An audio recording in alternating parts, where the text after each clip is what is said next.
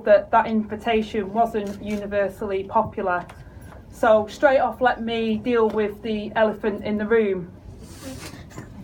Some years ago, I wrote an article reflecting on my visits to Auschwitz, intending to show my solidarity with the Jewish community over the Holocaust and modern anti-Semitism. It included a reference that now I deeply regret, and I would certainly not use it again. And I can only repeat how sorry that I am for that.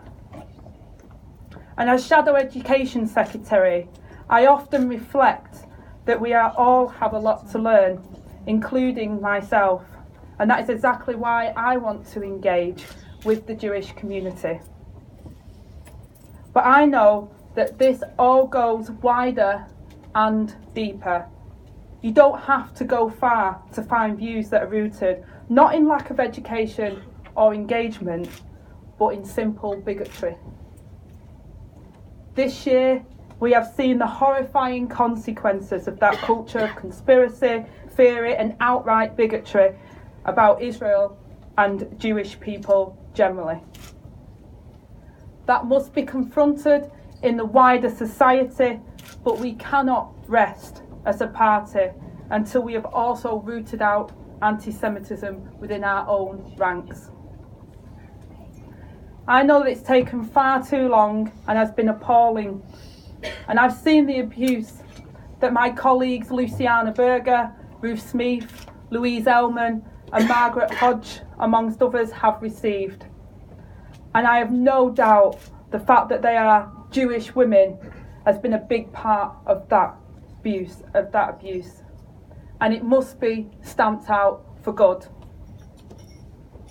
And I truly hope that we are now making progress with changes to speed up and strengthen our internal procedures. And I'm glad that the likes of Tony Greenstein have been expelled, and I want us to be clear that those who distort history with likening Hitler to Zionism are no longer welcome.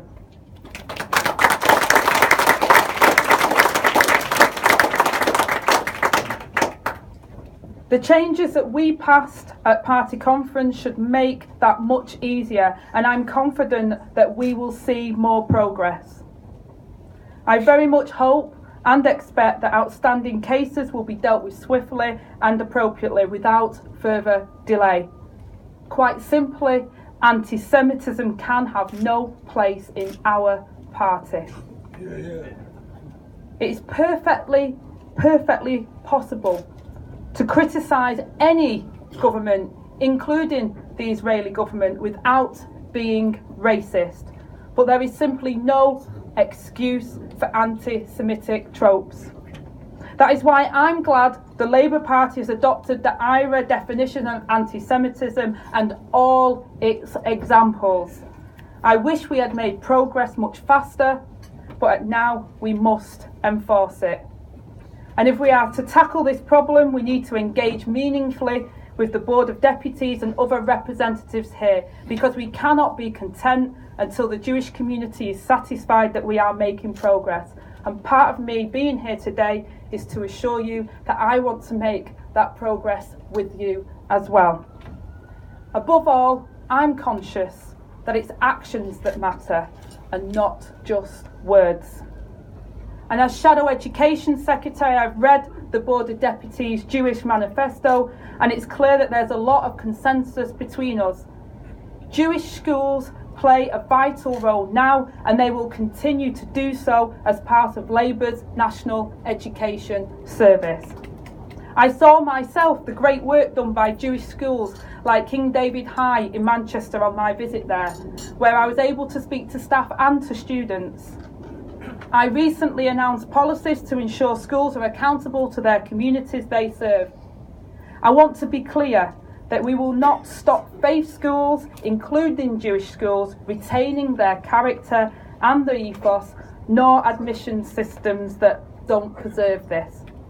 Students and staff in Jewish schools must feel safe with their necessary measures taken to guarantee their security.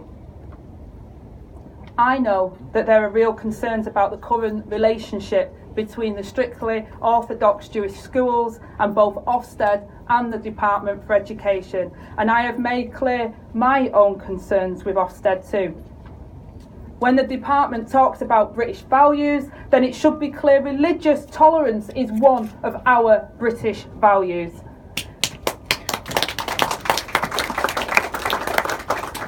I'm sure that we all agree that every child deserves an excellent education and to be safe in school that has supported them and that has helped them to succeed. So there is a duty on all of us to support every child, no matter what gender or sexuality, and to respect the ethos of the different communities. And my starting point is dialogue and not diktat, including with the Board of Deputies and with all traditions within the Jewish community, to ensure that every Jewish child can thrive in our education system. I truly believe the power of education to improve our shared life. Education comes from engaging and learning from one another, and I thank you for that opportunity to do so. Let me end with this. I know we face a huge challenge to regain the trust of the Jewish community, but it's a challenge that we in the Labour Party must meet, and we must do so with our actions and not just our words. To you, your family, your friends, I wish you a happy Hanukkah.